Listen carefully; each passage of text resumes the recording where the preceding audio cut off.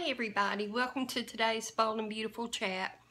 We start out with Brooke gave Steffi papers to sign, and Steffi told Brooke about Zenda's designs, and Steffi told Brooke about how Zenda reacted when he gave his designs to Steffi and Thomas to look at, and how he felt like he wasn't part of the family and all that. And Nicole told Zenda that maybe he should go to Eric and talk with him about his designs and his desires to be a designer, and maybe he would get further with it going through the grandfather. And CJ tells Bill that Sally is out on bail and that Sal did it, Sal did it, and Bill wants to know who this Sal guy is. And Bill said he will have the Spectra building no matter what, and CJ said that according to the contract, if Sally comes up with $100,000, then she can still stay in the building. And Zenda said he still doesn't feel like a forester, and he doesn't want to tell his mother about what's going on because she has kind of felt left out of the family herself, and he doesn't want to hurt her. And Steffi thinks that Katie working with Ivy and Quinn is, in her words, strange bedfellows. And they talk about Ridge. Still hasn't given up on Brooke. Katie and Brooke talk about that. And Liam asked Bill if he is sure about marrying Brooke, and Bill tells Liam and White she is wearing his ring, and that Brooke and Ridge are done for good. And Katie asks Brooke, is it really over between her and Ridge? And if it's not over, then she won't have a drama-free future. Katie won't say anything about Ridge and Quinn, especially to Eric, if Ridge and Quinn are staying away from each other and keeping their part of the deal that Katie said. And Steffi thinks showing her wedding dress will help hype up the new collection that they're building.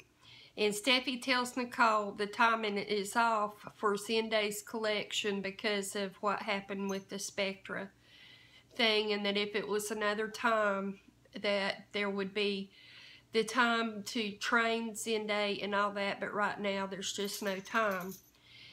And CJ sees Zenda at a bar and sits down with him, and CJ strikes up a conversation, and he's talking about the Spectra Forester rivalry, and she needs lots of money right now to keep the building going. And CJ says he has a big fashion house and no designer. And then back to Brooke, she says there will always be feelings because of RJ. What Quinn and Ridge did seals the fate of what was going to be their marriage. And Bill walked in while Brooke and Katie were talking and corrected Katie and said Brooke asked Bill to marry her, not him asking Brooke. And Steffi asked Nicole to explain to Zenda about why right now they weren't interested in him designing. And as CJ talks, Zenda becomes more interested in what he has to say. And CJ says it's a whole fashion house just waiting for a hungry designer with a little cash, and that is exactly what Zenda is. And Wyatt and Liam say it's good to see their dad happy again. Katie goes back to work and makes a little joke about how Quinn will fire her if she's just being lazy while she's on the clock.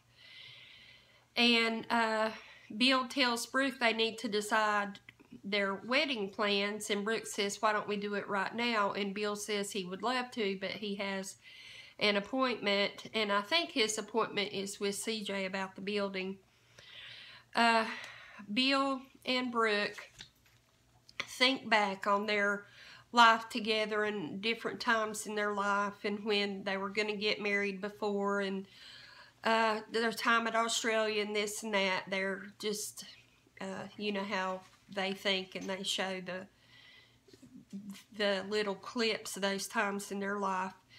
And Bill told Brooke he will always be there for her. She will never have to question his love or commitment. Forever and a day he will love her and be hers. It was very romantic at that part.